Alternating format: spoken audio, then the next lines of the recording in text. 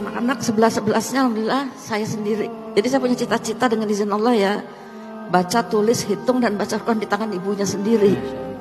Ini saya buat dari anak pertama sampai anak nomor 11 sebelum meninggal juga sudah banyak hafalan surat-surat pendeknya di juz 30. Umur 4 tahun Allah panggil. 4 tahun. Ya. Nah, itu jadi dibuat kurikulumnya Mas. Sampai kurikulum ya, Bu? Ya dibuat. Saya bikin sendiri.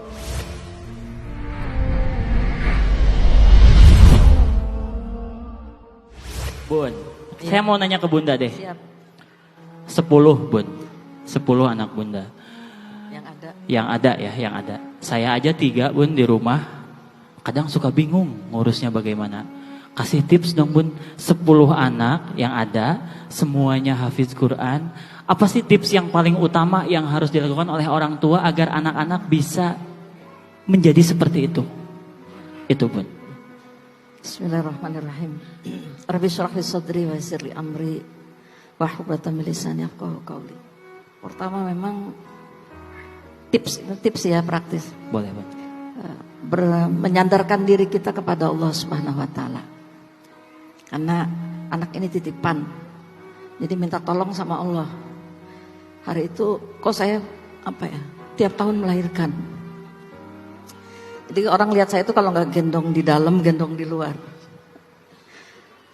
Anak yang paling dekat umurnya itu nomor 1, nomor 2, nama nomor 6 dengan nomor 7 dengan nomor 8. Nah alhamdulillah ke-4-4-nya sudah selesai 30 juz dan ya secara umum Allah beri karunia berprestasi. Yang kedua, memang harus kerjasama dengan suami, ini penting. Alhamdulillah ada bapak dan ibu di sini hadir. Tepuk tangan buat bapak-bapak utamanya. Tepuk tangan bapak-bapak. Karena pemimpin dalam keluarga itu adalah bapak.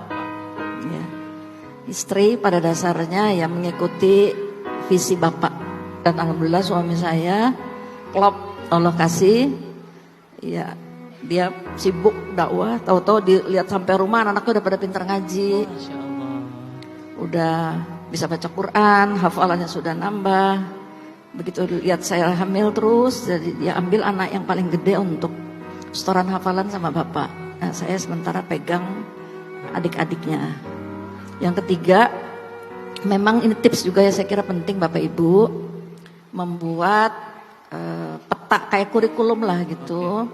Ada target-target, misalnya anak kita umur 6 tahun harus sudah selesai membaca Al-Quran dengan bacaan dan tajwid yang benar. Jadi dulu cita-cita saya sebenarnya bukan menjadikan anak-anak hafiz, tapi kepingin anak-anak jadi anak yang soleh. Insya Allah.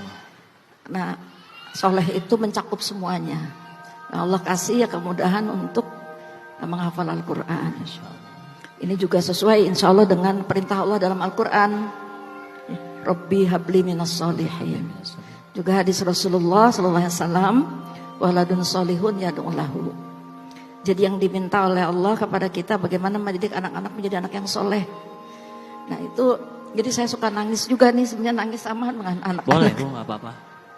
Kalau nangis saya itu kalau anak-anak udah di atas 7 tahun, saya takut mereka gak bisa baca Quran. Jadi saya sampai yang ini keempat ya, janji saya kepada Allah. Pokoknya gimana, jangan sampai anak-anak bisa baca Quran di tangan orang lain.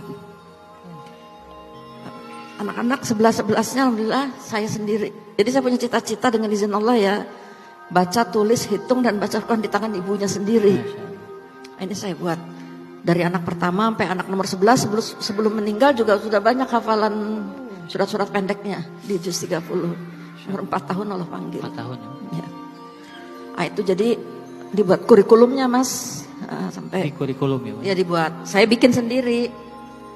Tantangannya ada sih. Nah ini nggak sendirian ya, sama suami, sama keluarga besar. Tapi memang harus istiqomah. Istiqomah. Itu yang kelima, kita harus konsisten. Kenapa bisa konsisten? Saya kira ini juga hadiah dari Allah Subhanahu Wa Taala, hidayah. Dan tiba-tiba ada perasaan takut kalau saya tiba-tiba Allah panggil anak-anak saya belum bisa baca Quran. Karena Al-Quran itu penting sekali dalam kehidupan kita. Ya Alhamdulillah kemudian Allah buka pintu-pintu lainnya. Saya kira ini insya Allah. Masya Allah. Boleh tepuk tangan sekali lagi, itu luar biasa. Saya kayak ngerasa ngobrol sama ibu saya sendiri, maaf ya Mas ya. Soalnya saya juga kalau ngobrol sama ibu kayak gini.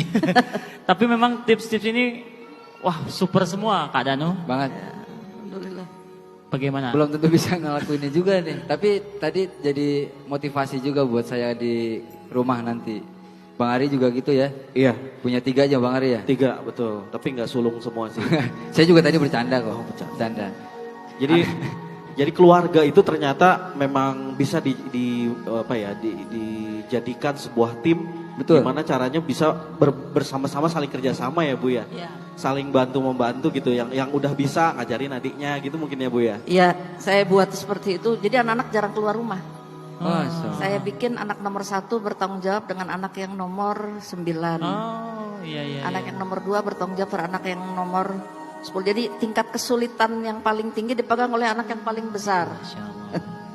Sampai sekarang jadi masih ikatan saudara itu. Alhamdulillah. Jadi tidak hanya sekedar hubungan saudara damia ya, nah, tapi juga hubungan-hubungan ideologis.